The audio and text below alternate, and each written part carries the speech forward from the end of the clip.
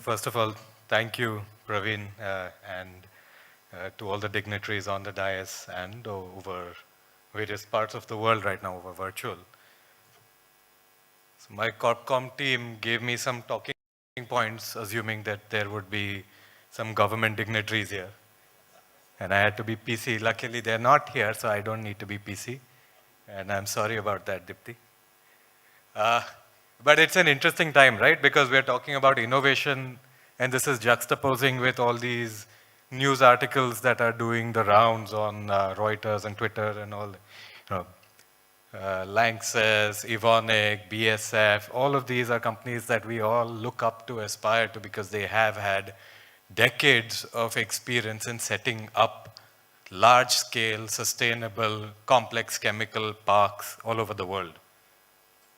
So what does this mean? What is the dark cloud and which one is the silver lining? Is it the innovation that we're all working on, the new capexes that we are all expecting in the next year, 2 years, or is it the recessionary fears? And honestly, if you ask me, when when a company says that this is a Lehman crisis, like a Lehman crisis, I think we're maybe reading it slightly differently from what they mean it in that sense. If you go back to the 2007-2008 crisis, Lehman, unlike the other company, Bear Stearns, and the companies after that, was the company that the government let die.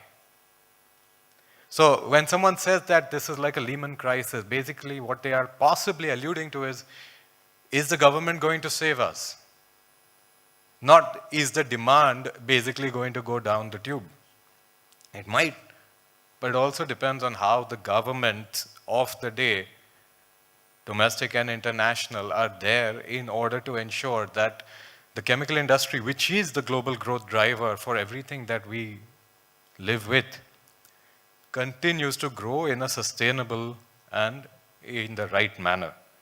But really speaking, I think India in any way has some of the best levers for it as an advantage. It has a roaring economy of its own. It has domestic consumption. It has opportunities both for friend-shoring, near-shoring, whatever else, other kind of shoring. And as I've always said, in fact, even on previous events at ICN, I believe that Atmanirbhar Bharat should only be an intermediate. It should not be the end goal. The end goal has to be make in India for the world. And as we do that, we have certain advantages, and we also have certain disadvantages. So this chemicals PLI, I think, this is like that employee in our company who we know deserves a promotion. And every year we tell the same employee, agle saal aa jayega, don't worry. So this is the chemical PLI. But if you ask me, look, whether the PLI is announced as a PLI or it is announced as a plan to invest in development of infrastructure, to invest in the ability to import feedstock, I think either which ways the chemical industry would be happy. And this is really, really needed. India is highly dependent on imports of critical feedstock, whether it is oil, whether it is gas. And look at Africa today.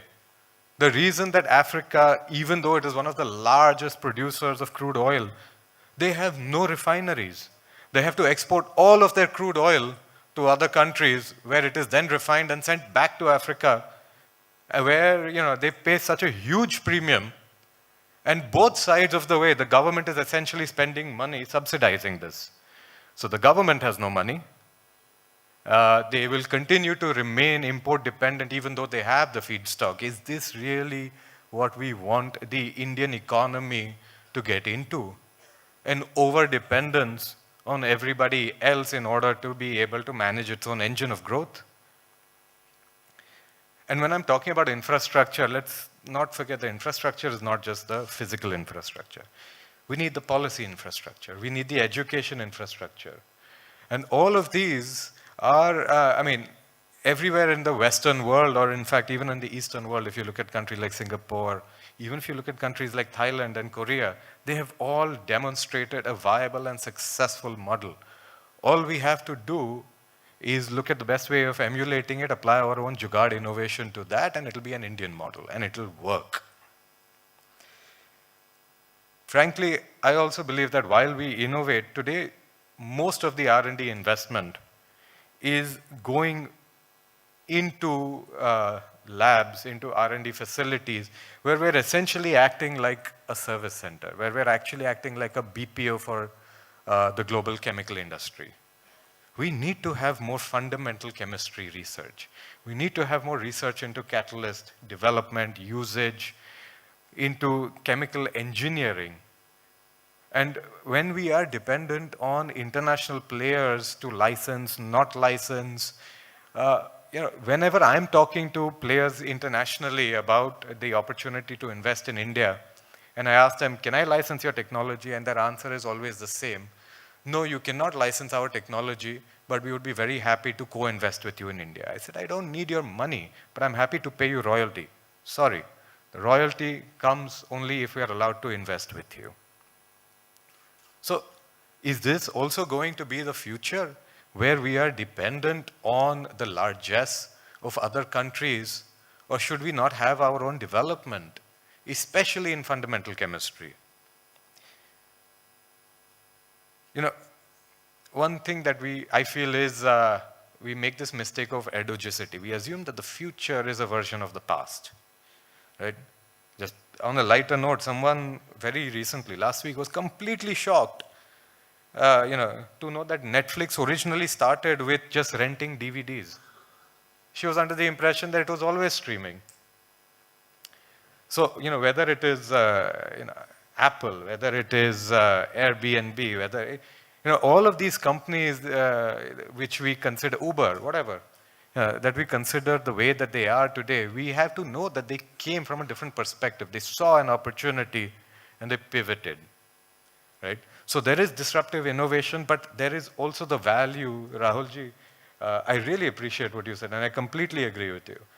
But I would also add that there is a value in being bright-eyed, open-eyed, and agile to changing environments.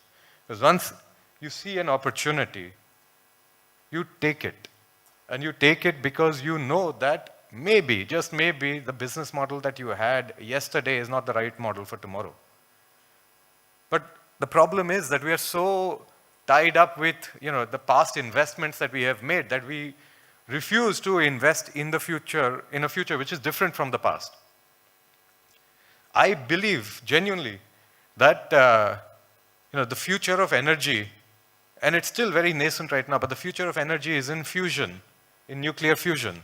It's safe, it's small, it's not easy. They have not been able to sustain it for more than 20, 30 seconds, but it is being done, and it's being done at a furious rate.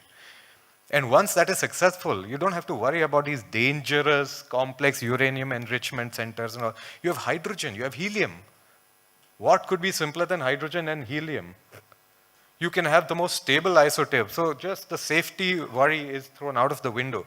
And if that succeeds, what we label today as energy products, gas, oil, coal, what are they going to be called tomorrow?